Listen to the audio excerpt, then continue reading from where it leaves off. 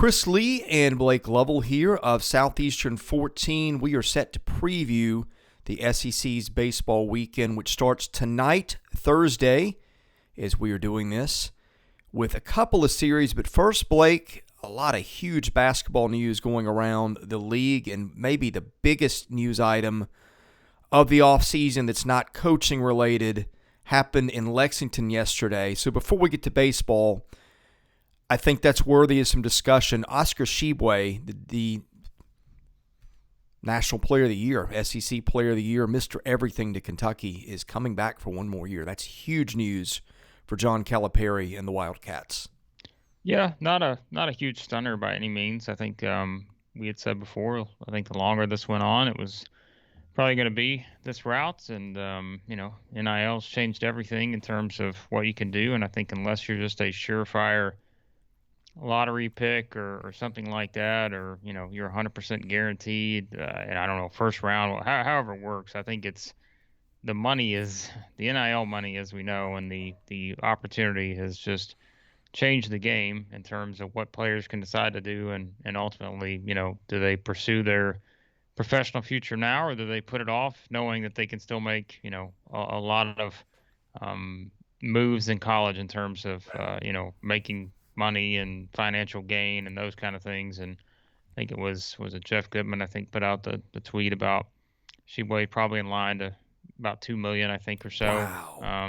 Next season. So yeah, so I mean, again, that changes how you approach your decision. And so not shocked by any means that he decides to come back. I think he was always one we thought was kind of, could be in that spot. Like I said, you lean both ways as the offseason goes on, but I think the longer this went, you had a pretty good feeling maybe that he could come back. So yeah, I mean, that clearly puts Kentucky right up there where we expected them to be. They'll probably be a top 5 preseason team, just like Arkansas. And so, yeah, so I think that biggest news of the offseason, because he's the player of the year. And yeah, it gives John Calipari another season with that guy on the floor, and gives college basketball fans, which I know not every SEC fan will love, but gives college basketball fans one of the more dominant players we've seen in a while, just in terms of his overall season performance. Yeah, back for another season.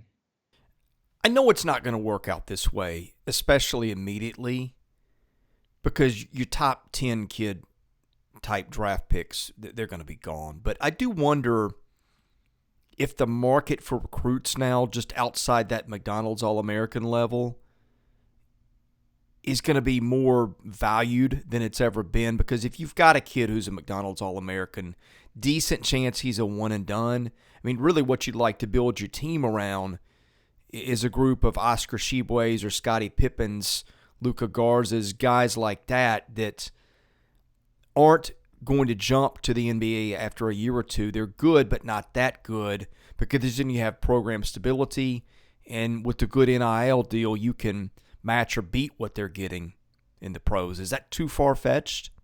No, I mean, I just think, again, it's made it a lot more. There's a lot more decisions, I think, that have to be made in terms of how you approach it now. And I think before, it felt pretty clear cut, right? I mean, think about it. If we're talking about a player of the year before, like, you're just automatically assuming that, oh, okay, well, yeah, he's gone. Like, there's, no doubt. Like, I think he's certainly headed there, and that's just kind of what you expect. But like we said, it's made the conversation more interesting. I think that's, yeah, like you said, I think that's probably the best way to put it, is it just made it a lot more um, interesting in terms of the dynamic that's in play for these guys, and how it impacts their choice. And like you said, that I think there's no doubt from a recruiting standpoint, it changes a lot of things too in terms of how you compile your rosters and those kind of things. But yeah, I mean, we've mentioned it from the start. I mean, this is going to change everything in terms of like NIL and everything. And we're not only seeing that from a player standpoint, we're seeing it from a coaching standpoint. I think you'll see a lot of guys, again, take Jay Wright, for example, which we saw kind of a lot of people talking about the discussion around surrounding him and him stepping away. It's because everything has changed in terms of how you coach college basketball now.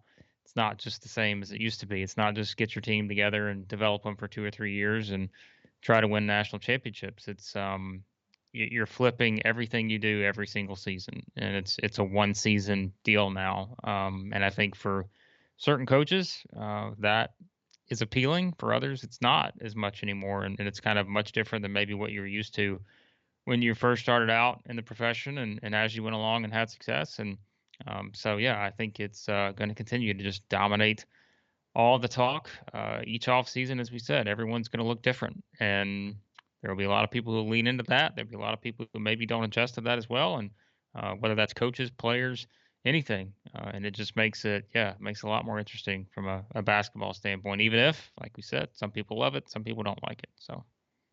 Anything else hoops related before we get into baseball previews and predictions?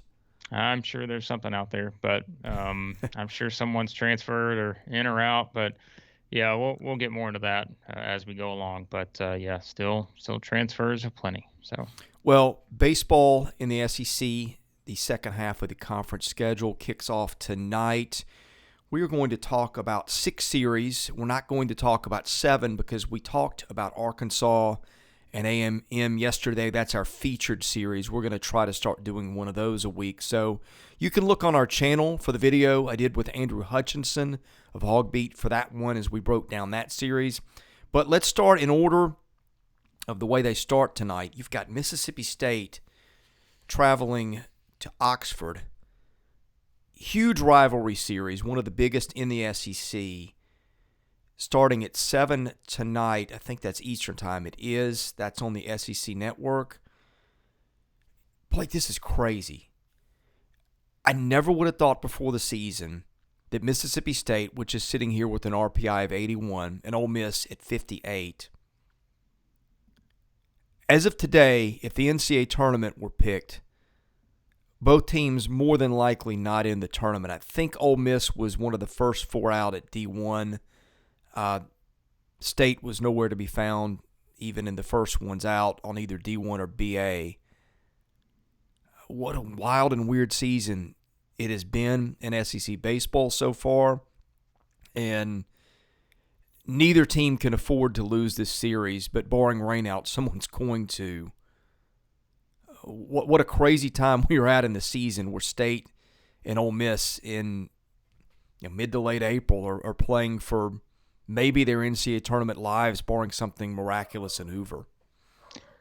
yeah, it's we talked about it, I think, on the last episode we did, looking at kind of where things stood, and that was before.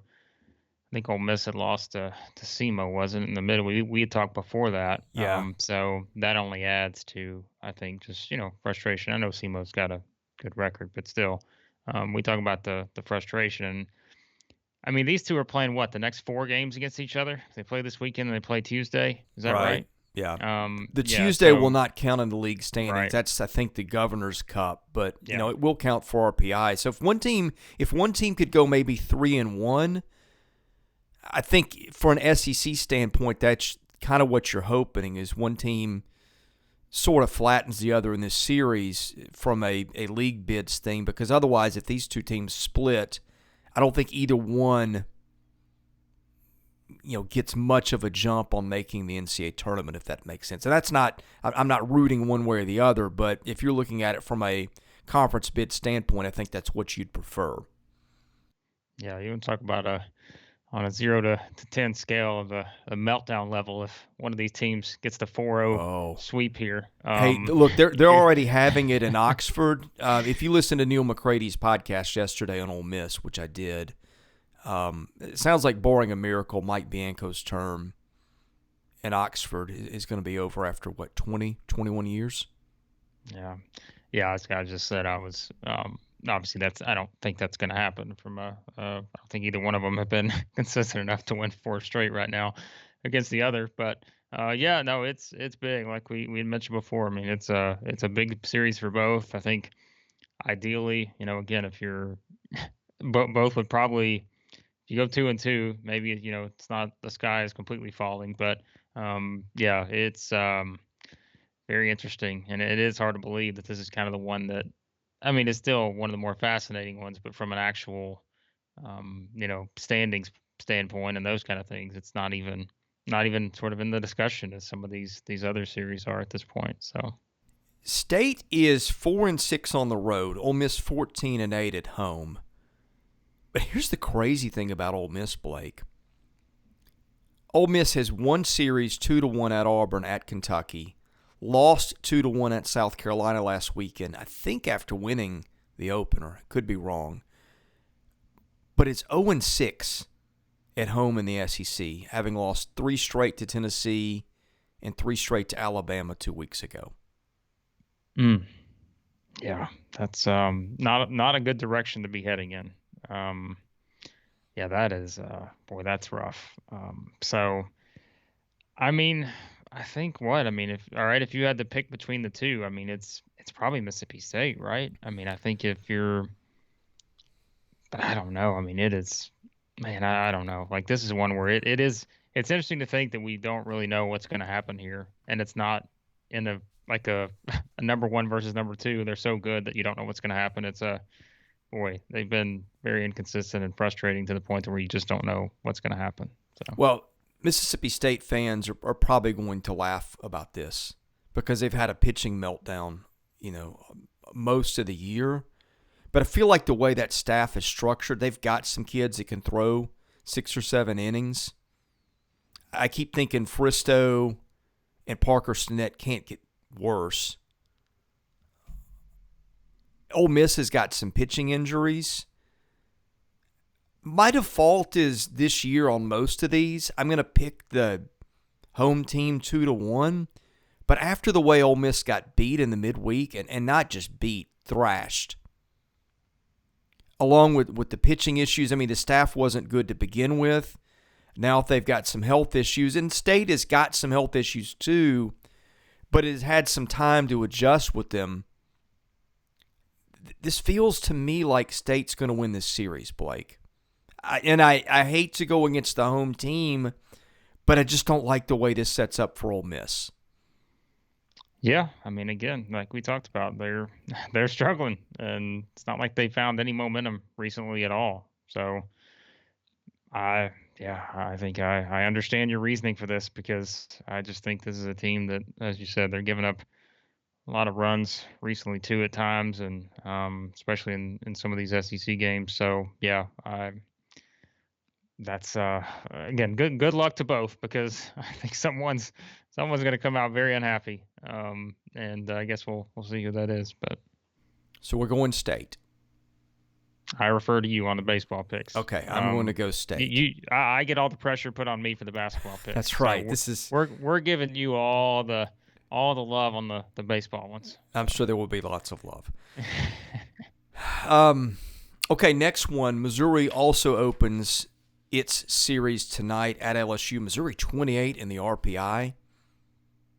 Missouri has sort of tricked that a little bit, in my opinion. But Missouri's a much better team than I think people thought. And you could, in talking to people there before the season, they thought that there had been some addition by subtraction and also some addition by addition. And that lineup is not something you can just sneeze at. I mean, in past years, you might have to worry about the top 3 or 4 hitters at Missouri, and after that, it was just a cakewalk. Not the case this year. Missouri 7-7 on the road. That's a little bit smoke and mirrors because Missouri scheduled some early season games against Nicholls State and some teams like that in the southern part of the United States, teams that aren't very good. But hey, that has helped their RPI, which is NCAA tournament level.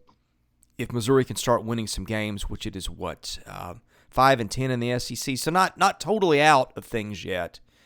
A series with Mississippi State next week, then a trip to Ole Miss, then Florida at home, then Georgia. So I think State's got a shot. I think Missouri has got a shot here to get tournament eligible. I think it's a little bit of a long shot, but it's a shot nonetheless. LSU is 29 in the RPI. 18-5 at home, and in the predictions this week at D1 Baseball and at Baseball America, LSU is a 2 seed at D1, a 3 seed at BA. I think that D1 is right on this. I think LSU is better than that RPI. In fact, I'd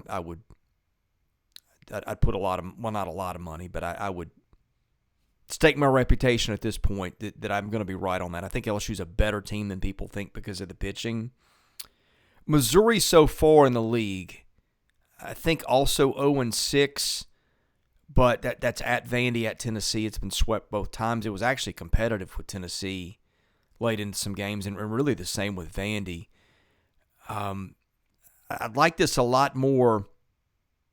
Now, I'm not saying I'd pick LSU to win or LSU to lose on the road, but I think Missouri's got a shot to get a game here, but I don't like their shot to win on the road to win the series at LSU. And that to me that's a lot to bite off. You're Missouri, you'd like the schedule to have been a little different with road venues so far, but it is what it is. And I like LSU in this series. Yeah, it makes sense. I mean, LSU's coming off the series against Arkansas, and it's kind of been bouncing back and forth. They swept Mississippi State, get swept at Arkansas, but this seems like a much better position for LSU against Missouri. So, yeah, I tend to agree with you on this. I don't think it's a sweep, but would I be shocked? No, probably not. So, yeah, I just think I'm kind of with you. I think this is kind of one of those bounce back weekends for LSU, and in my opinion, that seems to be kind of the way it sets up. So. Tennessee opens play on Friday night in the SEC. 5:30 Central going to Florida. 6:30 Eastern in Gainesville. Of course, they are on Eastern time. That one on SEC Network Plus. The Vols are number one in everything. Every computer poll I can find, every human poll I can find. And deservedly so. Tennessee 6-0 on the road, number one in the RPI. Florida 15-6 at home.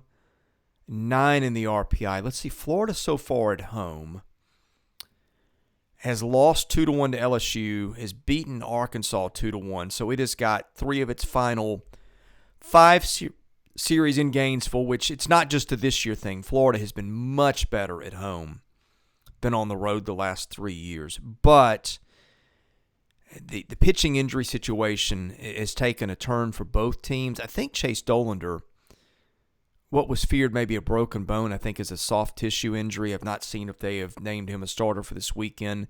He is Tennessee's Saturday guy, in my opinion, the best pitcher on that staff. Maybe not statistically, but I think he is after watching him pitch a few times. For Florida, the awful news is what you feared on Hunter Barco. He was looking at that forearm in Nashville last weekend.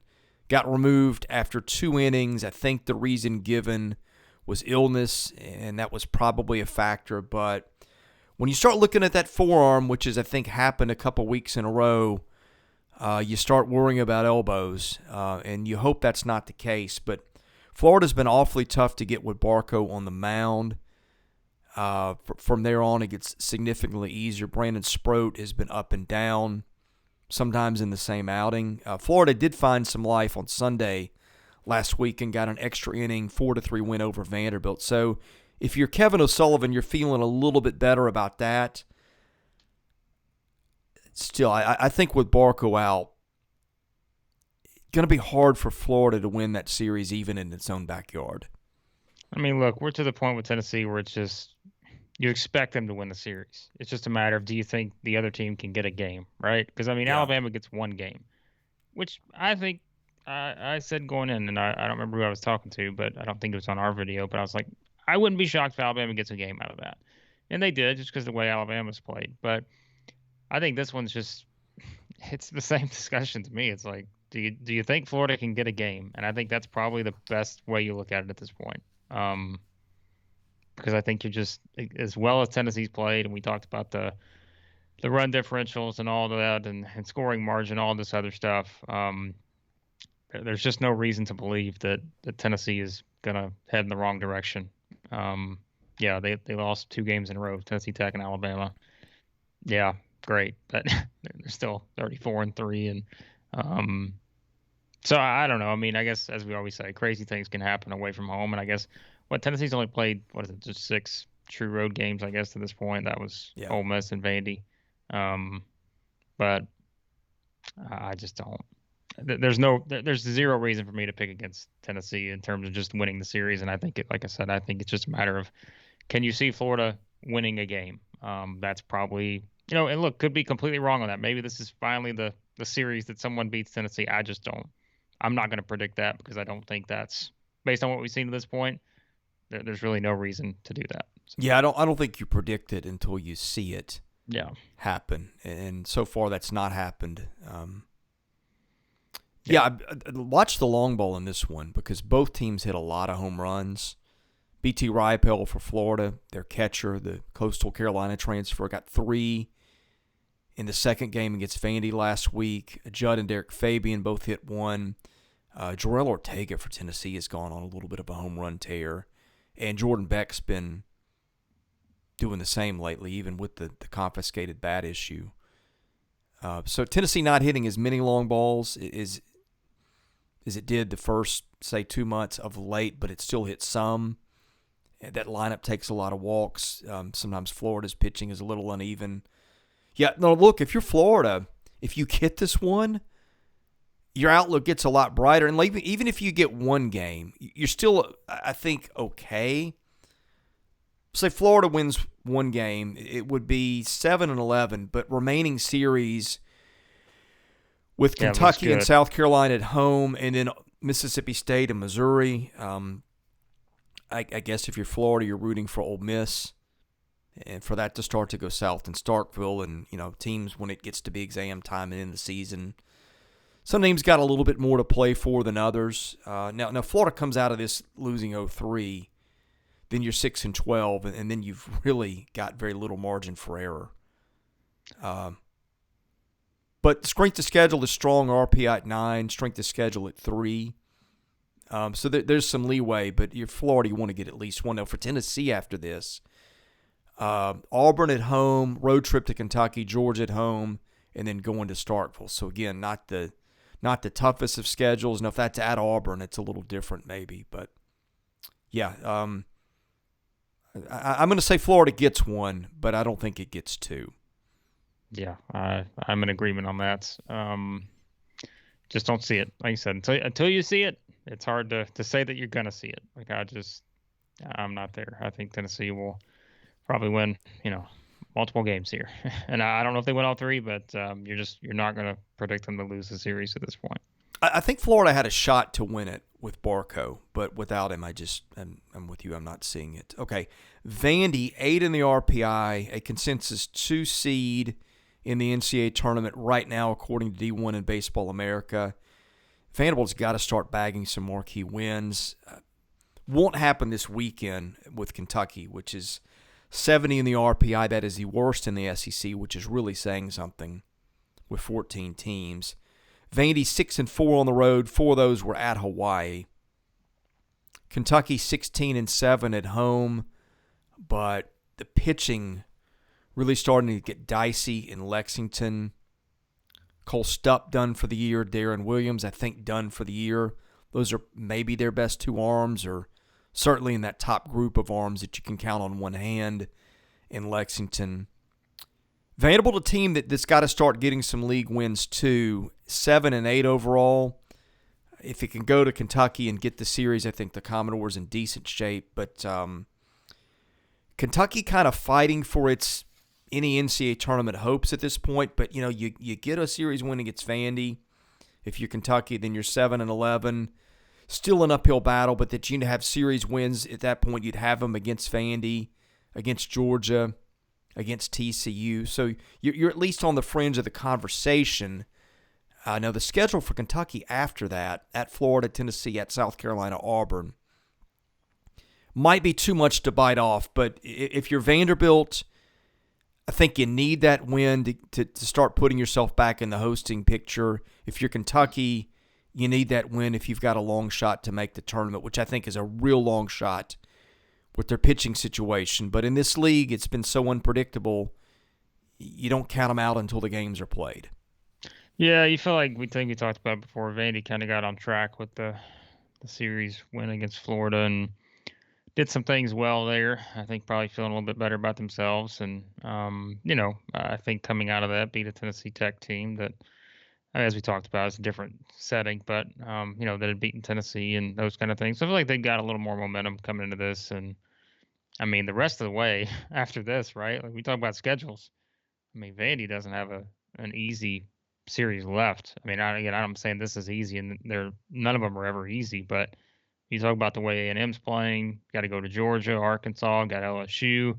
So, so they got to start finding some wins. I would think they would do that this weekend, at least a couple. But then after that, that's when you really start to. And they've got that game against Louisville, of course, too, in early May. So yeah, it feels like a pretty. I mean, they're all important at this point, but I think if you're Vanderbilt, obviously you got to win this series, and then coming out of this, that's a huge 3 week stretch, 3.5 week stretch there after this weekend. So you would think they'd been able to put it all together this weekend, win the series, and then get ready for could be a pretty brutal stretch the rest of the way.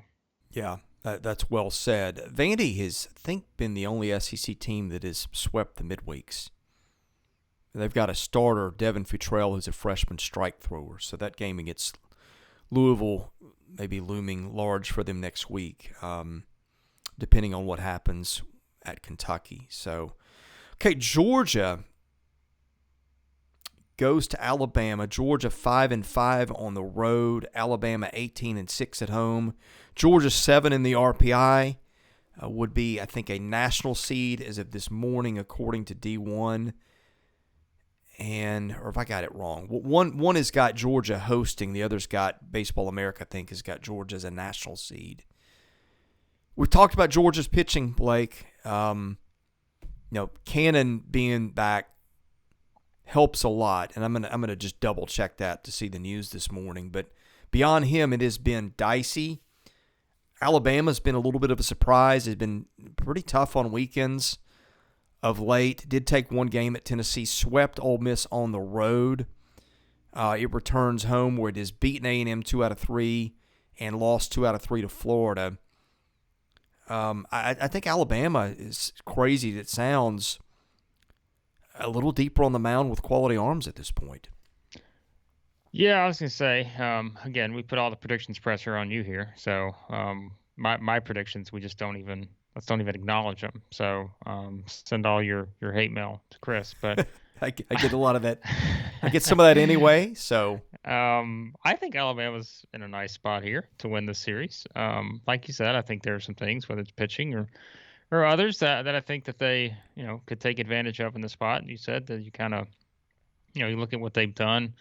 I mean, I know, just winning the game against Tennessee, and they've lost 3 straight since, but I mean, they've done some good things, as we said, over the past month or so, really. And yeah, I mean, whether it's the sweep at Ole Miss, the A&M win, yeah, I think that it probably sets up okay for Alabama here in this spot. Like you said, you probably would have liked to win that midweek game against UAB, which we had talked about going in, could be an interesting one, and they lose that by a run. But I think I like the way Alabama's looked over the past little while here. Like we said, whether that's a month or so, or whatever time frame you want to put on it. But I don't know. I think that they have a decent enough chance to win this thing. But again, I mean, Georgia's as good as they are for a reason, and the Cannon situation though.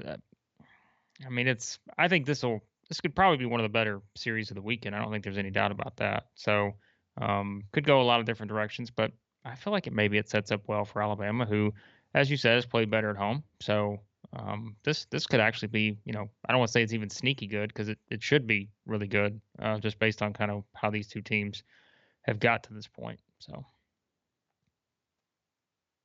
Apologies to the audience. Something went weird with our graphic while we're doing this.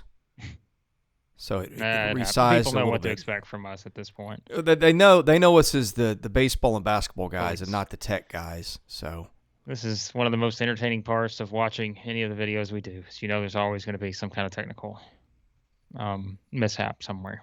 I think I have fixed it. But here's a crazy thing, and you wouldn't have thought this going into the year. Georgia third in the league in runs scored in SEC games, 107. You got A&M and Tennessee tied at 115. That'll win you a bar bet. A&M is tied with Tennessee for most runs in the league in SEC games. Mm. But so I mean, Georgia's bats give them a shot to stay in this. And here's the thing with Cannon back. Him not throwing last weekend, that taxed a bullpen that's not been very good. They don't have consistent 2 and 3 guys after him, and so you have to get into your bullpen a little bit earlier. And you saw them run out of gas. They gave up 23 in Game 3 to A&M. So maybe that flips the dynamic for Georgia. But given the way Alabama's played, and that one being in Tuscaloosa, I like the Tide to go 2 of 3. That may be the lose the Friday game and win the last 2 variety. That seems to be the most logical way for it to go down, because Cannon's got, a 171 ERA in all games, and nobody's really been getting to him very much. Yeah, it's an interesting series for Georgia. I was looking at their upcoming schedule the rest of the way, and they've still got to go to LSU, Tennessee. They've got Vandy. So, yeah, seems like a pretty, I would say, significant. I mean, they're all significant, like we said, but it feels pretty important just in terms of how they played, recently. And it sure be nice to get this one against an Alabama team that's playing a lot better as of late. All right, we'll go with Alabama to win the series 2 of 3. South Carolina 61 in the RPI, and 18 and 17. So every team above 500 overall. Auburn's got an 18 RPI. It is 16 and 7 at home. Carolina 2 and 7 on the road. I think this is one of the easier ones to predict. Although Carolina's pitching has gotten a little bit better. Noah Hall has given the Gamecocks some quality starts at times. I don't know if in the technical sense of a quality start, 6 innings, 3 runs or less, but he's pitched well and deeper into games. Will Sanders can shut anybody down on a given night. Auburn, of course, the equalizer for them is Joseph Gonzalez in that Game 3. He's been so good with his off-speed stuff. Blake Burkhalter has been so good in that high-leverage role late for them. Auburn, I just think playing at home, hard to pick against in this spot. Yep, I think that's probably the best way to put it. I was looking at South Carolina because they're 2 and 7 on the road this year. Looks like the biggest theme in those road games is that they've just been struggling to put up runs, and I think it just sets up nicely for Auburn, which, as we said, has been one of the surprises of the year in terms of where they're at right now. And boy, if they could come out and let's just I don't know if they get the sweep, but they get to 28 or 29 wins after this weekend, and still got some pretty big opportunities coming up. I mean, certainly their next 2 weeks, I guess, with Tennessee and Arkansas back to back. I mean, there's a land of opportunity there, depending on how you play. So yeah, I think it's probably one, like you mentioned, just based on where the two teams are at right now. Auburn seems to be in the better spot and seems to be playing pretty well. And but you never know. I mean, South Carolina, maybe they built a little momentum off of that. Kind of how they finished the Ole Miss series, and so maybe it's more interesting than you think. But I just think we've seen at this point Auburn's been the better team. So well, if you're Auburn, really, all you need, if you get to this weekend, then you just need to get one in each of the last 4 series. I think you're 14 and 16. Auburn's a solid 2 in the tournament. Now, if you do more than that, if you can get to 16 and 14, a hosting spot is not out of the line with that 18 RPI. In fact, if you're able to win the series against Tennessee or Arkansas, or even Alabama, if Alabama makes the tournament, which I think right now, both D1 and BA have got Alabama as a 3 seed. Yeah, I mean, if you're Auburn, you take this series and you set yourself up really nicely to stamp your passport in the NCAA tournament going into Hoover, and with the chance to get a little extra credit by getting a host spot that I don't think anybody saw coming before the season. Yep. No, I think it's pretty fascinating right now, just kind of looking at the standings and stuff. It's just those 4 teams to me, Auburn, A&M, Alabama, LSU, kind of that bunch together right there in the West. I think that's I think it's going to be fascinating to see kind of how those 4 teams finish the season, because I think there's obviously a lot of different directions you could go in, and the schedule's going to depend on that. Like we said, we're a team like Auburn, who's still got Tennessee and Arkansas and those, and it's kind of how the schedule plays out. But I find those 4 teams pretty fascinating right now. And as we said, really look at it this weekend, all 4 are kind of in a, an interesting situation in terms of how it plays out. Obviously, A&M is the one that has the biggest chance to certainly take a big step forward with Arkansas. But yeah, I think that's a very interesting group right now based on where those teams are at. Parting thoughts on baseball?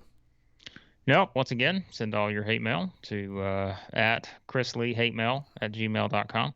Um, just kidding. If you try that, I don't know if it actually exists, but yes, send all that there on your predictions. Save your hate mail to me for basketball, and yes, we will do it that way. We'll split up the time here. That way, we both can kind of have an off season from Yes. the that part of it. But Yes. hey, we've got football stuff coming up too, by the way. So we'll find someone else you can send that to for football. But yeah, no, that's like I said, big weekend baseball.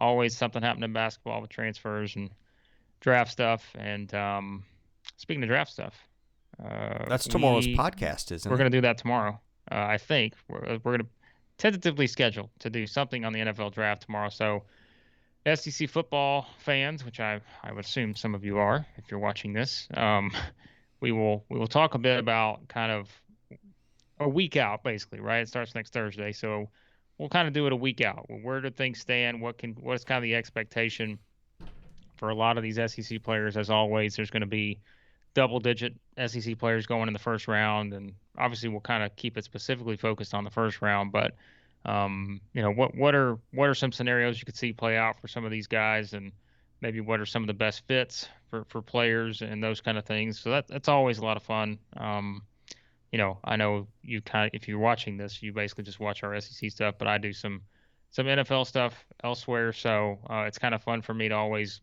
tie the two together, looking at SEC players and kind of tying it into what we know about a lot of these NFL teams and what they need and those kind of things. So I think that'll be a sneaky fun episode looking ahead to the draft. Yeah, I'll let you carry that one. I've had my hands full with baseball and we other are going to things. request a full 1 through 32 mock draft from Chris, first round, and we're going to put him on the hot seat for that. No, I'm just kidding. Yeah, that's not happening. Not happening. And then we're going to ask Chris to do we want an entire MLB draft preview, every pick, every round. We'd like that as well soon. So now that one I might stand a fighting chance in. I want every pick, every single round. We're doing the entire thing. We're going to do a marathon podcast on this. I might could get you a first round, maybe first and second, but oh boy, there you go. We do plan to cover that. That'll be fun. I think everybody knows basketball is your sport. Baseball is my favorite, and just we have not been as consistent in our content lately. We both got a lot going on in our personal lives. I'll just leave it at that for now. But yeah, well, like I said, there'll be short leave of absences on both of our parts. So you may see me without Blake for a week and Blake without me for a week or two. But we'll try to keep it going one way or the other. Well, and just so everyone knows, we're not neglecting football. We've talked about this from the start, but we know there's just so many other places people get their football coverage, and so that was a decision we made early on, that knowing that it's just, look, you guys have probably already set in terms of where you get your football stuff, but that doesn't mean we're not going to start doing a lot more football stuff, because we will. So because we're growing and we're going to have some people help us out with that. So just keep that in mind. I know, again, there's no one else out there that's just like prioritizing basketball and baseball over football, but that's kind of the point, is because, football is number one for everyone in terms of how they cover it. But yeah, so just keep that in mind. And that's why, again, we'll do the draft stuff tomorrow. We'll tie in some SEC football stuff there. And then we should have someone pretty soon, I think, that'll be helping us out a bit, looking at some of the spring action and that kind of stuff. So don't worry, we have football stuff coming, but it's just we have to go where the ball lies right now. And yeah, so that's kind of been where it's at. So well, and of course, if people aren't familiar, we launched this 14 months ago, so we weren't even around then. We didn't launch the YouTube channel till last August. I was gonna say pretty much in the middle of middle of football season. So yeah, so we didn't really do a whole lot then, because there just wasn't we had about 100 of you that were paying attention at that point, but now that Right. we have 1,600 of you doing that, it's a little bit different now. So. Yeah, and 90% of the content has been produced by the two guys in this video. So, two-man army with other things going on in our personal and professional lives. One day we aspire to be a little bit more, and when we do, you will see everything take a tick up. But Yep. in any case, thank you for watching. Subscribe if you haven't, and we'll see you on Friday. Again, plan will be an NFL draft preview.